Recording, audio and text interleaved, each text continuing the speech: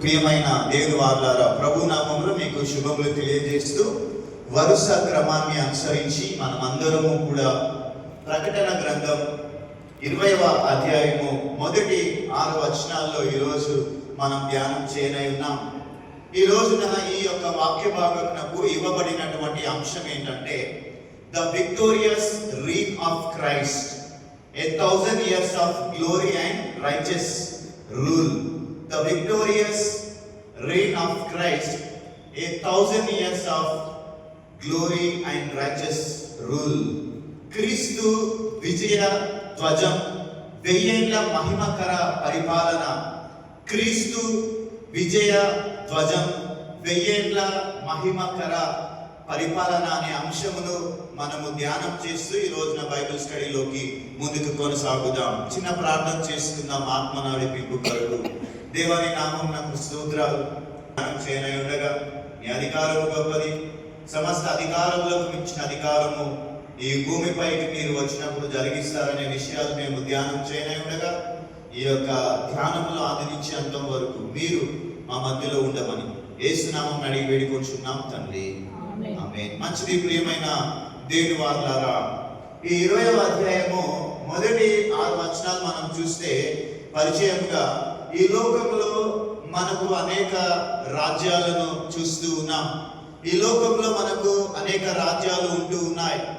ఈ లోకంలో అనేక రకాలైనటువంటి పరిపాలనను మనం చూస్తూ ఉన్నాం. కానీ ఏ రాజ్యంలో ఏ పరిపాలనలో పూర్తి శాంతి, సమాధానము, నీతి అనేటటువంటిది మనకు కనిపించదు. అయితే దేవుని యొక్క వాక్యము మనకు అద్భుతమైన నిరీక్షణనిస్తూ ఉంది.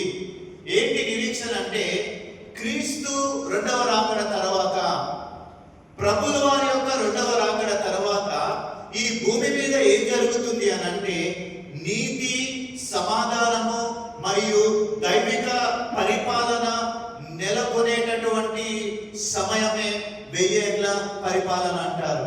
ఇంగ్లీష్ లో ద మిలీనియం అని అంటారండి. ద మిలీనియం అని అంటారు. ఈరోజు మరి ఈ 1000 ఏళ్ల పరిపాలన, దైవిక పాలనను నెలకొల్పే సమయమే 1000 ఏళ్ల పరిపాలన అని మనం చూస్తూ ఉన్నాం. అయితే చాలా మందికి చాలా డౌట్స్ ఉన్నాయండి. 1000 ఏళ్ల పరిపాలన ఎప్పుడు జరుగుతుంది? ఇప్పుడు జరుగుతుందా? ప్రభు వచ్చిన తర్వాత జరుగుతుందా? కొందరు ఏమంటారంటే 1000 ఏళ్ల పరిపాలన యేసు ప్రభు వచ్చినప్పటి నుంచి కూడా ఈ భూమి మీద అది కొనసాగుతూనే ఉంది అని అంటారు. కొంతమంది ఆలోచన. ఇంకో కొంతమంది ఏమంటారంటే ప్రభువు ఈ భూమి మీదకు వచ్చిన తర్వాత, రెండవసారి వస్తాడు కదా, వచ్చిన తర్వాత అప్పుడు 1000 ఏళ్ల పరిపాలన జరుగుతుందని ఎక్కువ శాతం మంది నమ్మేటటువంటి విశ్వాసం అది. ఈ రోజున మనం ఈ వచనాల్లో నుండి 3 ప్రాముఖ్యమైనటువంటి సత్యాలను మనం ధ్యానం చేద్దాం. 20వ అధ్యాయము మొదటి 6 వచనాల్లో నుండి 3 ముఖ్యమైనటువంటి సత్యాలను ధ్యానం చేద్దాం. నెంబర్ 1, మొట్టమొదట సత్యం ఏంటంటే, మొదటి 3 వచనాలు చూడండి.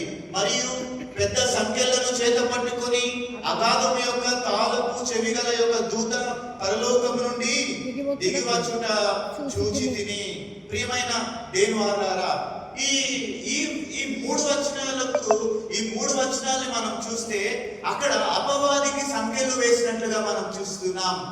అపవాది నిర్బంధము చేయబడినట్లుగా మనము చూస్తూ ఉన్నాం. ఈ మొదటి వచనములో, 3 వచనములలో ఈ వాక్య భాగము అపవాది అయిన సాతానును 1000 సంవత్సరాల పాటు బంధించి అగాధములో పడవేసేటటువంటి సన్నివేశాన్ని ఈ మొదటి 3 వచనాలు మనకు వివరిస్తూ ఉంటూ ఉన్నాయి. చూడండి ప్రియమైన దేవుని వారలారా, సాతాను ప్రస్తుతము ఏం చేస్తున్నాడండి? సాతాను ప్రస్తుతము ఈ లోకానికి అధికారిగా ఉండి జనాలందరినీ ఏం చేస్తున్నాడండి? వాడు మోసగిస్తూ ఉన్నాడు. జనాలందరినీ మోసగిస్తూ ఉన్నాడు. కానీ ఈ మొదటి 3 వచనాల్లో, ఈ 3 వచనాలలో ఒక గొప్ప విజయ వార్తను మనం వింటూ ఉన్నాం. ఈ 3 వచనాలలో గొప్ప విజయ వార్తను మనము చూస్తూ ఉన్నాం. ఏంటి ఆ విజయ వార్త? ఏంటిది ఆ విజయ వార్త అంటే, చూడండి, ఒక దూత పరలోకము నుండి దిగి వచ్చాడు. వచ్చాడు. యోహాను దర్శనమందు చూస్తూ చెప్తున్నటువంటి మాట, ఒక దూత పరలోకము నుండి దిగి వచ్చాడు. ఎందుకు దిగి వచ్చాడంటే ఆ దూత సాతానును బంధించడానికి దూత ఈ భూమి మీదకి వచ్చాడు. ప్రియమైన దేవుని వాళ్ళారా, చూడండి, ఒక దూత పరలోకం నుండి వచ్చాడు. ఎందుకు వచ్చాడు అనంటే సాతానుని బంధించడానికి. దేవుడే స్వయంగా రానవసరం లేదండి. దేవుడు దూతలకు ఒక మాట సెలవిస్తే చాలు, దేవుడు రావాలవసరం లేదు. ఆయన పంపిన ఒక్క దూత చాలు. ఇది ఏం తెలియజేస్తుందంటే ఇక్కడ ఇది సాతాను యొక్క బలహీనతను, దేవుని యొక్క సర్వశక్తిని తెలియజేస్తూ ఉన్నది కదండి. హిజ్కియా ప్రార్థిస్తుంటే ఏం జరిగిందండి? ఒక్కటే దూత ఏం చేసింది? భూమి మీదకు వచ్చి ఎంతమందిని హతం చేసిందండి? 1,85,000 పీపుల్ ని ఏం చేసిందండి? అశూరీయులను వాళ్ళందరినీ కూడా హతం చేసినట్లుగా మనం చూస్తూ ఉన్నాం. అంటే ఒక దూత చాలు. ఇక్కడ ఒక దూత పరలోకం నుండి వచ్చాడు. సాతానుని బంధించడానికి దూత, మరి దేవుడు స్వయంగా రావనవసరం లేదు, కానీ ఆయన పంపిన ఒక్క దూత చాలు. ఇది ఏం తెలియజేస్తుందండి? ఇది సాతాను యొక్క బలహీనతను, దేవుని యొక్క సర్వశక్తిని సూచిస్తూ ఉంది. చూడండి, ఇంకా ఈ వచనాల్లో మనకి ఏం కనబడుతున్నాయంటే పరలోకపు దూత మరియు తాళపు చెవి కూడా కనబడుతుంది. మీరు చూడవచ్చును, పరలోకపు దూత తాళపు చెవిని కూడా మనము చూస్తాము. ప్రియమైనటువంటి దేవుని వారలారా, పరలోకము నుండి ఒక దూత దిగి రావడాన్ని యోహాను చూశాడు. ఆ దూత చేతిలో 2 ప్రాముఖ్యమైన వస్తువులు ఉన్నాయండి. ఆ దూత చేతిలో ఏమున్నాయండి? 2 ముఖ్యమైనటువంటి వస్తువులు ఉన్నాయి. ఏంటి? ఒకటి అగాధము యొక్క తాళపు చెవిలు ఉన్నాయి. రెండవది పెద్ద సంఖ్యలు ఉన్నాయండి. మీరు ప్రకటన గ్రంథం 1వ అధ్యాయం 18 చదవండి. ఒకసారి వెళ్దాం. ప్రకటన గ్రంథం త్వరగా 1వ అధ్యాయం 18వ వచనం చదవండి అమ్మ దయచేసి. నాతో ఇట్లా నేను భయపడకుము, నేను మొదటి వాడను కడపటి వాడను జీవించు వాడను, మృతుడనైతిని గాని ఇదిగో యుగ యుగములు సజీవుడనై ఉన్నాను, మరియు మరణము యొక్కయు పాతాళము లోకము యొక్కయు తాళపు చెవులు నా స్వాధీనంలో ఉన్నవి. అంటే దేవుని స్వాధీనంలో ఉన్నాయి. అమ్మా, అది ప్రకటన గ్రంథం 9వ అధ్యాయం 1వ వచనం. ప్రకటన గ్రంథం 9వ అధ్యాయం 1వ వచనం. 5వ దూత బూర ఊదినప్పుడు ఆకాశము నుండి భూమి మీద రాలిన యొక్క నక్షత్రములు చూచితిని. అగాధము యొక్క తాళపు చెవి అతనికి ఇవ్వబడెను. 3వ అధ్యాయం 7వ వచనం కూడా. ప్రకటన గ్రంథం 3వ అధ్యాయం 7వ వచనం. ఫిలదెల్ఫియాలో ఉన్న సంఘపు దూతకు ఇలాగున రాయము, దావీదు తాళపై చెవి కలిగి ఎవడును వేయలేకుండా తీయవాడును, ఎవడును తీయలేకుండా వేయువాడనైనా సత్య స్వరూపియగు పరిశుద్ధుడు చెప్పు సంగతులేవనగా. ప్రియమైన దేవుని వారలారా, ఈ దూత చేతిలో 2 ముఖ్యమైన వస్తువులు ఉన్నాయి. ఒకటి ఏంటంటే అగాధం యొక్క తాళపు చెవి. ఆ తర్వాత దాని చేతిలో పెద్ద సంఖ్యలు కూడా ఉన్నాయండి. పెద్ద సంఖ్యలు. పేతురు భక్తుడు ఒకసారి చూడండి అమ్మ. పేతురు రాసిన 2వ పత్రిక 2వ అధ్యాయం 4వ వచనం. పేతురు రాసిన 2వ పత్రిక 2వ అధ్యాయం 4వ వచనం. దేవదూతలు పాపము చేసినప్పుడు దేవుడు వారిని విడిచిపెట్టక పాతాళ లోక మండలి కటిక చీకటి గల బిలములలోనికి త్రోసి తీర్పుకు కావలిలో ఉంచబడుటకు వారిని అప్పగించెను. ఏమున్నాయండి దేవదూత చేతిలో? 2 ముఖ్యమైన వస్తువులు. ఒకటి అగాధము యొక్క తాళపు చెవి, 2 పెద్ద సంఖ్యలు. చూడండి, అగాధము యొక్క తాళపు చెవి ఎందుకంటే ఇది సాతానును బంధించే అధికారాన్ని సూచిస్తుందండి. సాతానును బంధించే అధికారాన్ని సూచిస్తుంది. ఆ తర్వాత పెద్ద సంఖ్యలు దేనికి అంటే ఇది సాతానును కట్టివేయడానికి ఉపయోగించేటటువంటి బలమైనటువంటి సాధనము. ఇప్పుడు సాతానును పాతాళంలో వేసిన తర్వాత తాళం వేయాలి, ముద్ర వేయాలి, మూసేయాలి, తాళం అందుకు కావాలి. రెండవదిగా అంతకంటే ముందు ఏం చేయాలంటే వాడిని సంఖ్యలతో కట్టివేయాలి. ఏం చేస్తుందంటే దూత ఇప్పుడు పరలోకం నుండి దిగి వస్తుంది. ఎందుకు వస్తుందంటే అపవాదిని సాతానుని బంధించడానికి 2 వస్తువులను తీసుకొని వస్తూ ఉన్నది. ఆ తర్వాత మనం చూస్తే అదే వచనాల్లో సాతానుకి కొన్ని పేర్లు ఇవ్వబడ్డాయి. చూద్దామండి.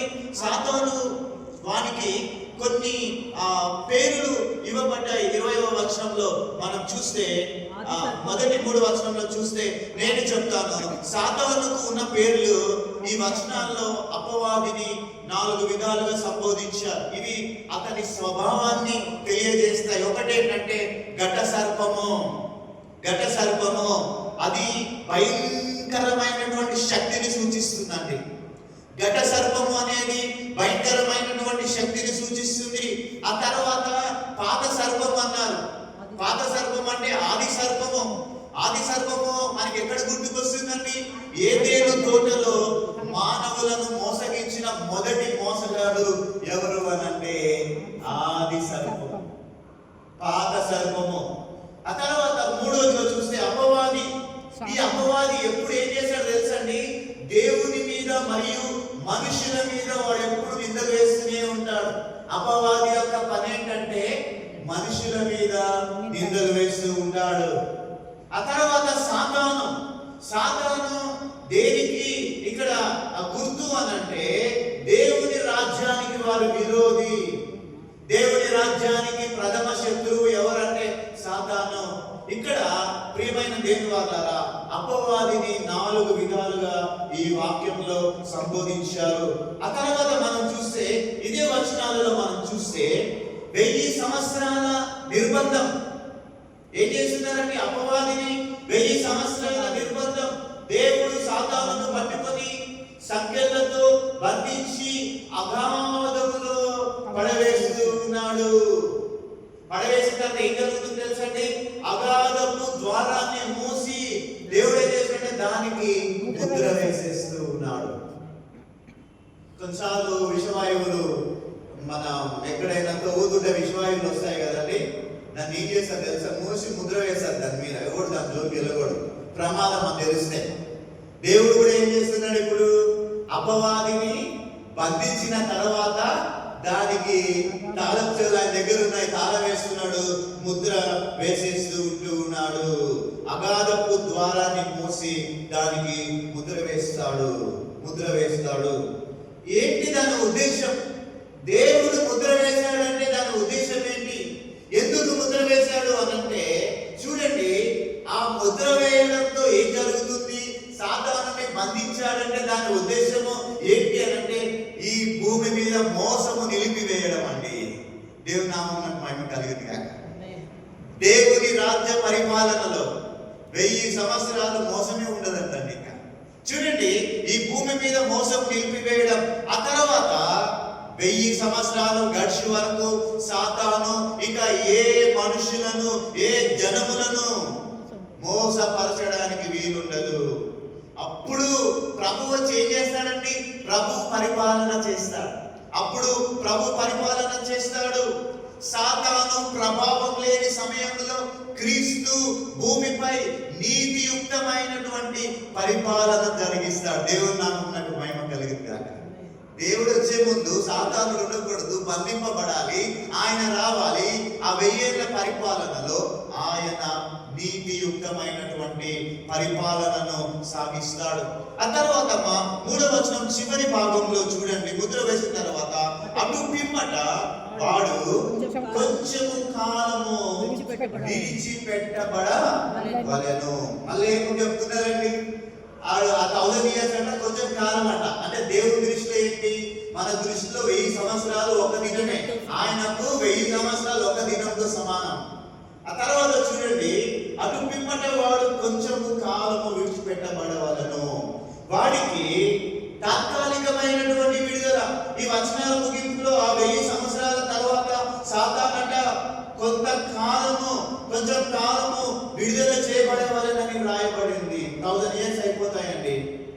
అయిపోయిన తర్వాత వాడికి కొంచెం టైం ఉంటుంది.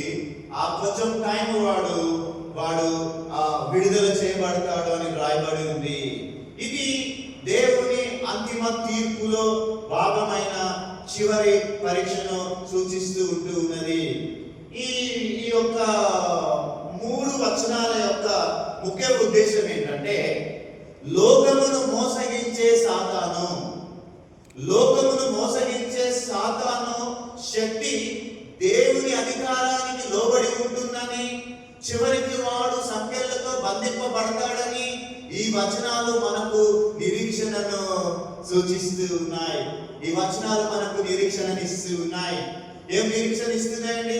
లోకమును మోసగించే సాతాను శక్తి ఎట్టకేలకు దేవుని అధికారానికి లోబడుతుందని, చివరికి వాడు సంఖ్యలతో బంధింపబడతాడని ఈ వచనాలు మనకు నిరీక్షణను ఇస్తూ ఉన్నాయి. ఒక ఉదాహరణ చెప్తానండి. చూడండి, సింహము బోన్లో ఉండడాన్ని ఒక చిన్న ఎగ్జాంపుల్ గా చెప్తున్నాను. సింహము బోన్లో ఉన్నప్పుడు ఎలా ఉంటుందండి? ఒక క్రూరమైనటువంటి సింహము అడవిలో ఉంటే అందరూ భయపడతారు. ఏంటండి? క్రూరమైనటువంటి సింహము అడవిలో ఉంటే అందరూ భయపడతారు.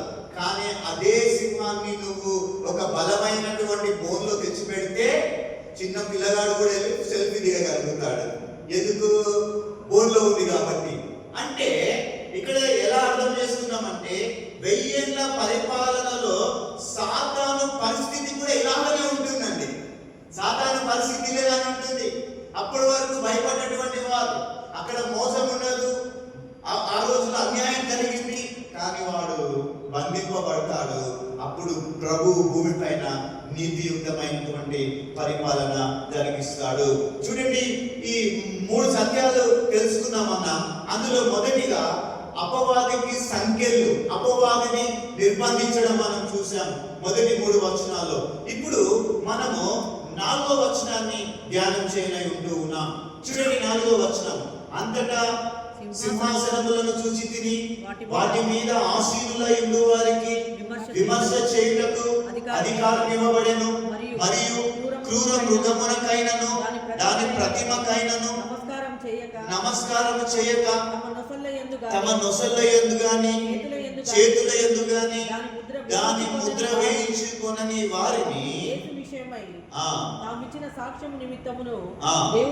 దేవుని వాక్యము నిమిత్తమును శిరచ్ఛేదనము చేయబడిన వారి ఆత్మలను చూచి తిని వారు బ్రతికిన వారై 1000 సంవత్సరములు క్రీస్తుతో కూడా రాజ్యము చేసిరి. ఈ 4వ వచనానికి ఇవ్వబడుతున్న అంశం ఏంటో తెలుసా అండి? విశ్వాసుల పునర్జీవం అండి. విశ్వాసుల పునర్జీవం అంటే ఇక్కడ ఈ 4వ వచనంలో మనకి ఏం కనబడుతుందంటే, హతసాక్షులకు గౌరవం కనబడుతుందండి. హతసాక్షులకు గౌరవం.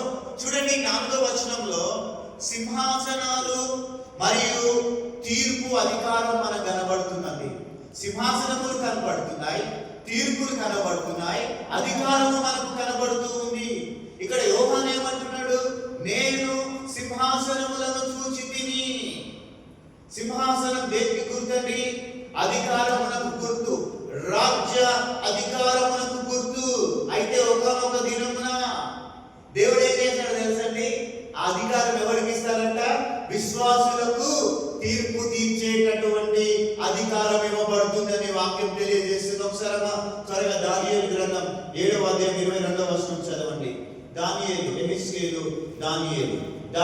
గ్రంథం 7వ అధ్యాయం 22వ వచనం.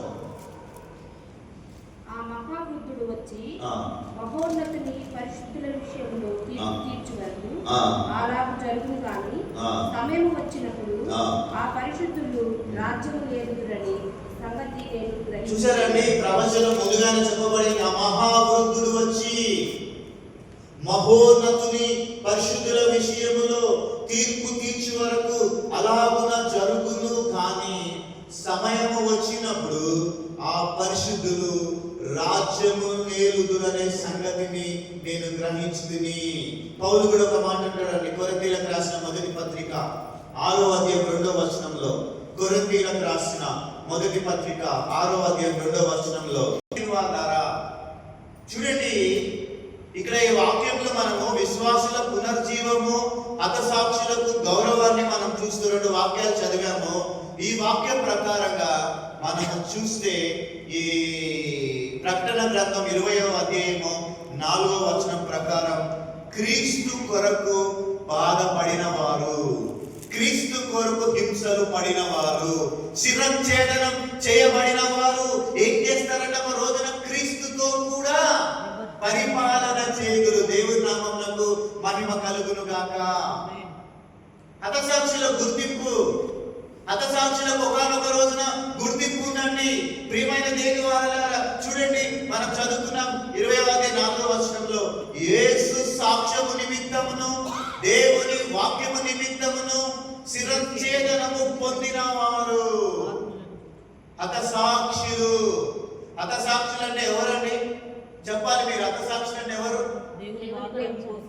దేవుని వాక్యం కొరకు, సత్యము కొరకు, మరణానికైనా భయపడిన వారు అన్నమాట హతసాక్షులు అంటే. ఏంటండి హతసాక్షులు అంటే? ఎవరండి? సత్యాన్ని వదలనటువంటి వారు, సత్యం కొరకు పోరాడేటటువంటి వారు, మరణానికైనా భయపడనటువంటి వారు, క్రీస్తు నామాన్ని నిరాకరించినటువంటి వారు కదా. మత్తయి సువార్తలో చూస్తారు ఒకసారి 5వ అధ్యాయము 10 నుండి 12 వచనాలు. మత్తయి సువార్త 5వ అధ్యాయము 10 నుండి 12 వచనాలు త్వరగా చదవండమ్మా. పరలోక రాజ్యము వారిది. నా నిమిత్తము జనులు మిమ్ముని నిందించి హింసించి మీ మీద అబద్ధముగా చెడ్డ మాటలెల్లా పలుకున్నప్పుడు మీరు ధన్యులు. సంతోషించి ఆనందించుడు, పరలోకమందు మీ ఫలము అధికమగును. ఈ లాగున వారు మీకు పూర్వముందుండిన ప్రవక్తలను చూశారండి. కొండపైన ప్రసంగంలో యేసు ప్రభులు వారు చెప్పిన మాట ఈ 10 నుండి 12 వచనంలో, నీతి నిమిత్తం హింసింపబడిన వారు ధన్యులు, పరలోక రాజ్యం వారిది. నా నిమిత్తము జనులు మిమ్మల్ని నిందించి హింసించి మీ మీద అబద్ధముగా చెడ్డ మాటలెల్లా పలుకున్నప్పుడెల్లా మీరు ధన్యులు. చూశారండి, హతసాక్షుల గుర్తింపు వాళ్ళు ఎక్కడున్నారు? ఇప్పుడు దేవుని సన్నిధిలో ఉన్నారు.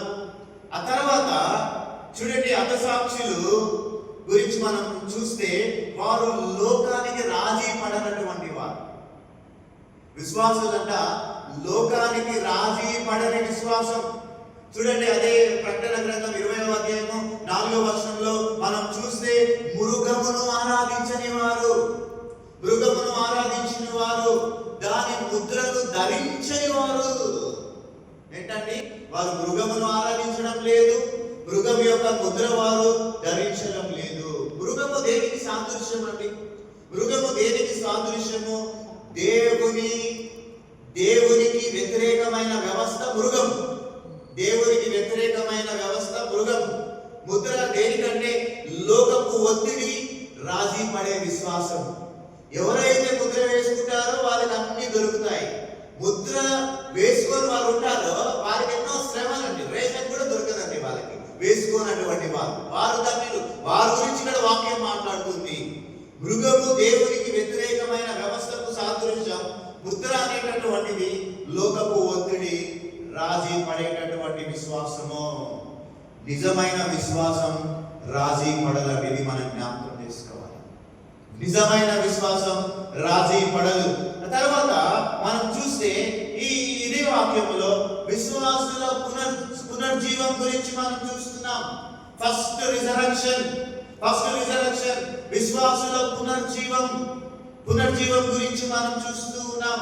చూడండి, వాళ్ళట హతసాక్షులైన వారు మళ్ళీ జీవించి క్రీస్తుతో కూడా 1000 ఏళ్ళు ఏం చేస్తారంటే వాళ్ళు రాజ్యము చేస్తారు. ఇది మొదటి పునరుత్థానం.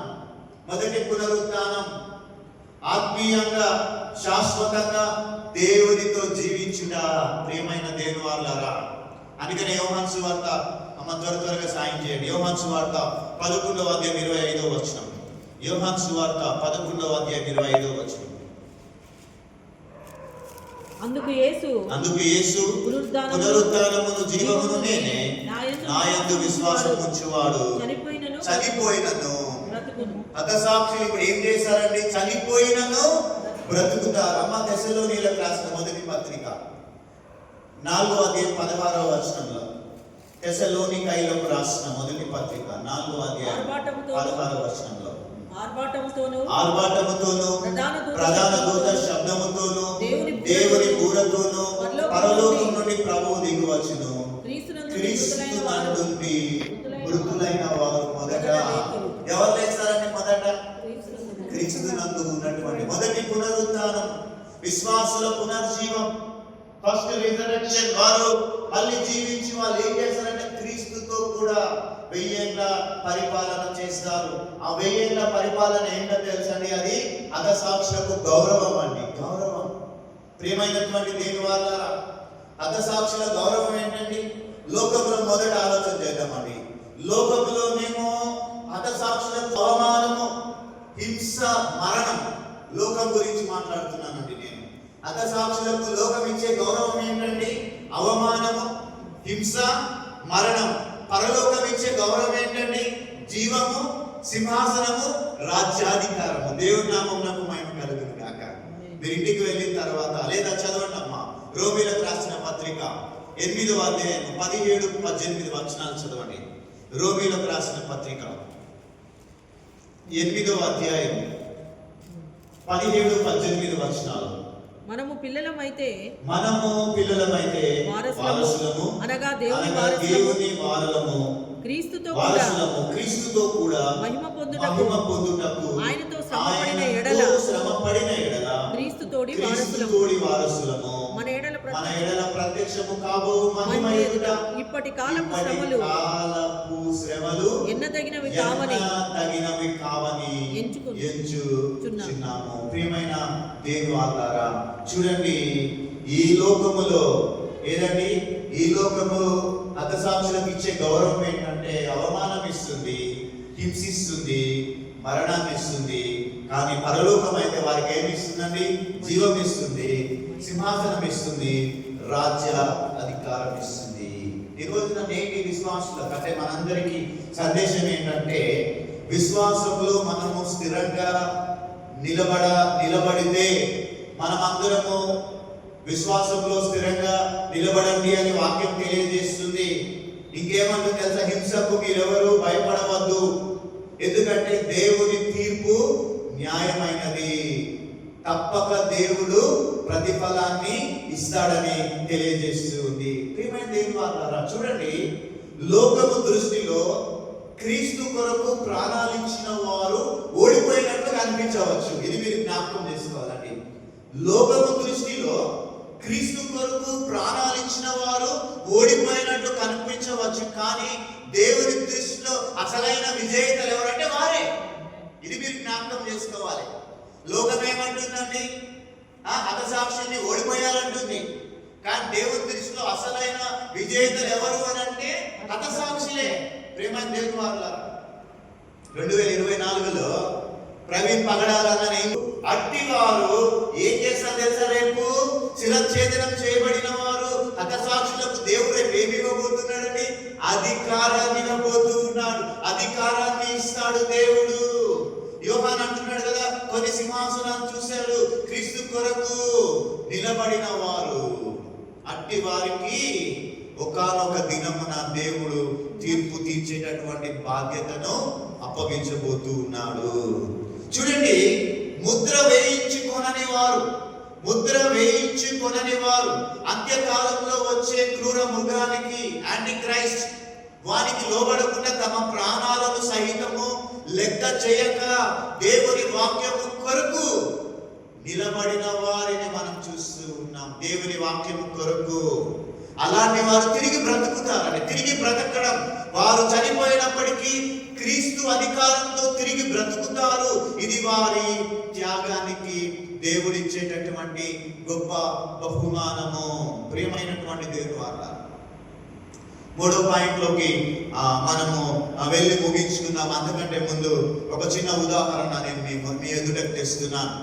షడ్రక్, మెషక్, అబేద్నెగో మరియు స్టెఫెను, వీళ్ళందరూ మీరు జ్ఞాపకం చేసుకోనండి. షడ్రక్, మెషక్, అబేద్నెగో, స్టెఫెను, వీరు లోకపు ఒత్తిడికి తలొగ్గలేదండి. వీళ్ళెవ్వరు కూడా మీరు గమనించండి. ఏం చేశారండి?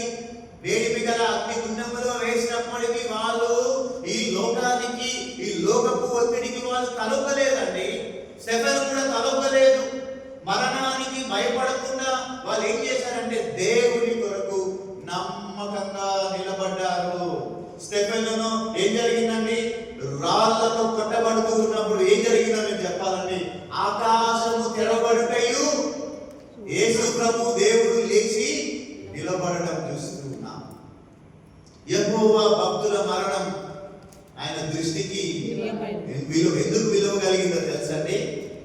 యెహోవా భక్తులు హతసాక్షులు మరణిస్తేనట ఆకాశము ఆయన సింహాసనము, భూమి ఆయన పాదపీఠం. సింహాసనంలో కూర్చున్న దేవుడు లేచి నిలబడతాడట అండి. ఎంత ఆధిక్యత! లేచి నిలబడి ఏం చేస్తాడండి? అలాంటి వారి మౌరణమును గౌరవించి వారిని ఆహ్వానిస్తూ ఉన్నాం. ప్రియమైన దేవుని వారలారా, లోకపు ఒత్తిడికి తలొగ్గలేదు, మరణానికి భయపడకుండా నమ్మకంగా ఉన్న స్టెఫను రాళ్లకు కొట్టబడుతున్నప్పుడు ఏం జరిగిందండి? ఆయన ఆకాశము తెరవబడడాన్ని చూశాడండి స్టెఫెను. ఈ లోకములో హింసింపబడిన వారికి ఏమి పరలోకంలో సిద్ధం చేయబడుతున్నాయో తెలుసండి? సింహాసనాలు సిద్ధం చేయబడుతుంది. దేవుని నామం నాకు మహిమ కలుగును కాక. ఈ లోకంలో హింసింపబడిన వారికి పరలోకంలో ఏం సిద్ధం చేయబడుతున్నాయంటే, ఏం సిద్ధం చేయబడుతున్నాయండి? సింహాసనాలు. ఇది మనం జ్ఞాపకం చేసుకోవాలి. ఇక చివరిదిగా 5-6 వచనాలు నేను చెప్పి ముగిస్తున్నాను. ముగింపులోకి వచ్చాం. 5-6 వచనాలు చూడండి. ప్రియమైనటువంటి దేవుని వారలారా, మీరు జస్ట్ చూడండి, చదవమాకండి, మనకు సమయం కొద్దుగా ఉంది కాబట్టి. 20 కనబడుతూ ఉందండి. మొదటి పునరుత్థానం, ఫస్ట్ రిజరక్షన్. మొదటి పునరుత్థానం అనగా క్రీస్తునందలి విశ్వాసము కొరకు శ్రమలు అనుభవించి మరణము పొందిన వారు, హతసాక్షులైన వారంట మొదట లేస్తారంట అండి. హతసాక్షులైనటువంటి వారు మొదట లేపబడుదురు, వారు మరణమును జయించుదురు. క్రీస్తు 1000 సంవత్సరాల పరిపాలన తర్వాతనే సామాన్య పునరుత్థానం అనగా మానవులందరికీ కలుగు పునరుత్థానము సంభవించింది. ఇది మీరు జ్ఞాపకం చేసుకోవాలండి. ఫస్ట్ రిజరక్షన్ ఎవరికండి? ఫస్ట్ రిజరక్షన్ ఎవరికి?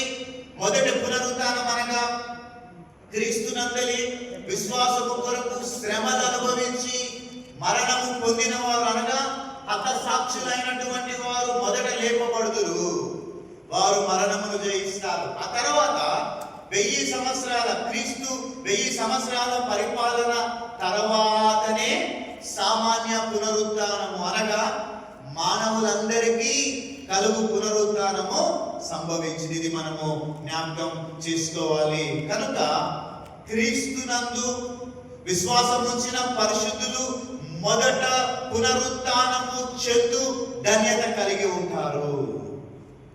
మీరు అనుకోవచ్చు, నేను కూడా అక్కడ అధికారం చేస్తామేమో అనుకున్నాను. మేబీ దేవుడు ఒకవేళ ఇవ్వచ్చునేమో, కానీ మొదట ఎవరికి ఇస్తానంటున్నాడండి? ఆ రాజ్యాధికారం చేసేటటువంటి అధికారం ఎవరికి? ఎవరైతే హతసాక్షులు అవుతారో వాళ్ళందరికీ దేవుడు రాజ్య అధికారాన్ని చేసేటటువంటి ధన్యతనిస్తున్నాడు. చూడండి, వీరు ఎవరున్నారు? క్రీస్తుకు విధేయులై హతసాక్షులైన వారు ఉంటారు. అలాగే క్రూర మృగమునకు ఆరాధించని వారు, దాని ముద్రను వేయించి కొననటువంటి విశ్వాసులు ఉంటారు. వీరును క్రీస్తు కొరకు బహు శ్రమలు, నష్టములు, అవమానములు పొందిన వారు. ఈ 2 వర్గములకు చెందిన విశ్వాసులు ఏం పొందుతారంటే తగిన ఫలమును పొందుదురు. కనుక క్రీస్తుకు విధేయులైన వారికి విమర్శ చేయు అధికారం ఇవ్వబడను. దేవుని నామం నాకు మహిమ కలుగుతుంది. ఈ లోకంలో మనల్ని ఎవ్వరు శ్రమ పెట్టినా, ఇబ్బంది పెట్టినా, ఒక రోజు మనం ఏం చేస్తామండి? దేవుని దగ్గర రాజ్యాధికారం, పరిపాలన చేసేటటువంటి ధన్యతను దేవుడు చూడని వారు క్రీస్తుతో కలిసి 1000 ఏళ్ల పరిపాలనలో భాగస్వామ్యం పొందుట. మొదటి పునరుత్థానంలో చూడండి, 26వ వచనంలో మొదటి పునరుత్థానంలో భాగము పొందినవాడు ధన్యుడు, పరిశుద్ధుడని దేవుని వాక్యం తెలియదు. అలాంటి వారి కట్టండి. చూడండి, 2వ మరణానికి అధికారం లేదు. మొదటి పునరుత్థానంలో భాగం ఉన్న వారిపై 2వ మరణానికి అధికారం ఉండదు.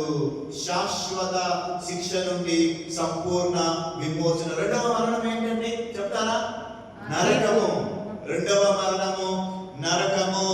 ఆ తర్వాత ఏం చేస్తారంటే చూడండి, వారంట దేవునికి మరియు క్రీస్తుకు యాజకులుగా ఉంటూ ఉన్నారు. వారు కేవలము రక్షింపబడిన వారు కాక యాజకులుగా నియమింపబడతారట. యాజకత్వం అంటే ఏంటండి? దేవుని సన్నిధిలో నిలిచేటటువంటి హక్కు, ఆరాధన చేసే హక్కు, సేవ చేసేటటువంటి హక్కు. అంత మాత్రమే కాదు, ప్రజల కొరకు మధ్యవర్తిత్వం చేసేటటువంటి అధికారము. అంత మాత్రమే కాదు, వారు క్రీస్తుతో కలిసి రాజ్య పరిపాలన చేస్తారు. 1000 ఏళ్ల రాజ్యము చేయుదురు. ఇది విజయ విశ్వాసానికి ప్రతి ఫలంగా మనము చూస్తూ ఉంటున్నాము. చివరిలో ఒక మాట చెప్తున్నానండి.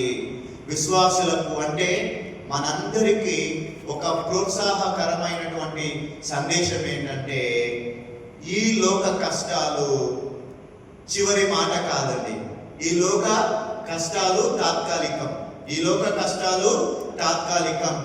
ఆఖరి వరకు నిలిచిన వారికి అంటే ఏమిస్తారంట దేవుడు? పునరుత్థానము, యాజకత్వము, రాజ్య పరిపాలన అంటే పరిశుద్ధ జీవితానికి ఒక బలమైనటువంటి పిలుపు.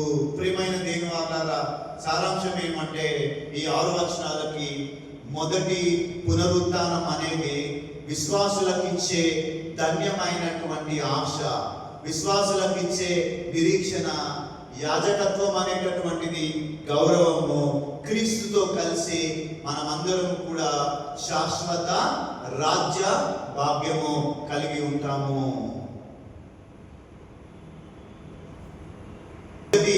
6 వచనాలు చూడండి. క్రీస్తు జయశీలుడు మన నిరీక్షణ. మనకు కేవలము భవిష్యత్తు గురించే చెప్పేటటువంటి సమాచారం కాదండి మొదటి 6 వచనాలు. అది మన ఆత్మీయ పోరాటంలో మనకు ఇచ్చే గొప్ప విజయ ధైర్యము. ఏంటంటే ఈ వాక్య భాగం ద్వారా మనము గ్రహించినటువంటి సత్యాలు ఇవే. ఏంటంటే సత్యము? సాతాను యొక్క అంతము అనేటటువంటిది నిశ్చయము. ఈనాడు మనల్ని శోధిస్తూ మోసగిస్తున్నటువంటి సాతానుడు ఒకానొక రోజున అపవాది సంకెళ్లతో బంధింపబడము ఖాయము. దేవుని అధికారం ముందు వాడి శక్తులు పనికి రావు. ఆ తర్వాత రేపు దేవుడు మనకు యాజకత్వాన్ని ఇస్తాడు. అనేక జనములకు తీర్పు తీర్చేటటువంటి ఒక అధికారాన్ని కూడా దేవుడు మనకు ఇస్తాడనేటటువంటి విషయాన్ని మనం జ్ఞాపకం చేసుకుంటూ, ప్రియమైన దేవుని వారలారా, ప్రస్తుత కాలము శ్రమలు రాబోయే మహిమకు ఎన్న తగినవు కావు అనే విషయాన్ని జ్ఞాపకం చేసుకుంటూ, యోసేపు వలె శ్రమను భరిస్తేనే సింహాసనము లభిస్తుందనే విషయాన్ని జ్ఞాపకం చేస్తున్నాను. ప్రభు త్వరలో వస్తూ ఉన్నాడు. ఏంటండి? ప్రభువు ఈ భూమి మీదకి వస్తూ ఉన్నాడు. సాతానుడు ఓడిపోతూ ఉన్నాడు. క్రీస్తుతో మనము ఏలబోతూ ఉన్నాం. ఈ నిరీక్షణే మనల్ని అనుదినము మనలందరినీ నడిపించునుగాక. ప్రియమైన దేవుని వారలారా, మనందరము నిరీక్షణతో ఎదురు చూద్దాం. ఒకానొక రోజున దేవుడు మనందరికీ అధికారాన్ని ఇవ్వబోతూ ఉన్నాడు. ఆ అధికారంలో మనమందరం ఉందాం. అతి కృప ధన్యత దేవుడు మనందరికీ అనుగ్రహించుగాక.